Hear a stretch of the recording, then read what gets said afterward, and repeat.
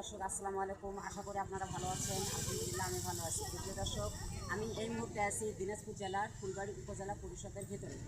প্রিয় দর্শক, আপনারা জানেন বাংলাদেশ সরকারের মাননীয় প্রধানমন্ত্রী স্যার যে ফ্যামিলি কার্ডের উদ্যোগ নিয়েছিল, তো বাংলাদেশের অনেক জেলাতেই কার্যকর হয়েছে। তো প্রিয় দর্শক, আসলে আমাদের দিনাজপুর জেলার এই ফ্যামিলি কার্ডের জন্য লোক নিয়োগের জন্য যে ইউনিয়ন পর্যায়ে যে তথ্য সংগ্রহকারী যে মাঠকর্মী নিয়োগ দেওয়া হবে, তো সেই নিয়োগের আজকে ভাইয়া পরীক্ষা হচ্ছে। তো আসলে পরীক্ষা শুরু হয়েছে সকাল 10টায়, শেষ হবে বিকাল 4টায়। তো যাদের পরীক্ষা শেষ হয়ে গেছে অলরেডি, ভাইয়া পরীক্ষা শেষ হয়ে গেছে, তারা চলে গেছে। যাদের এখনও শেষ হয়নি তারা এখনও আছে। তো প্রিয় দর্শক, আসলে 1,47,577 বর্গ কিলোমিটার আয়তনের এই বাংলাদেশের 85% গরিব লোক।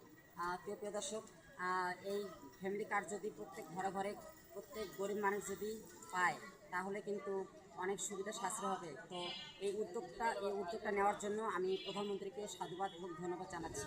তো আমার ভিডিও যদি ভালো লেগে থাকে, আমার ফেসবুক পেজে ফলো করে লাইক কমেন্ট শেয়ার করে সাবস্ক্রাইব করে পাশে থাকবেন। তো ভালো থাকবেন, সুস্থ থাকবেন।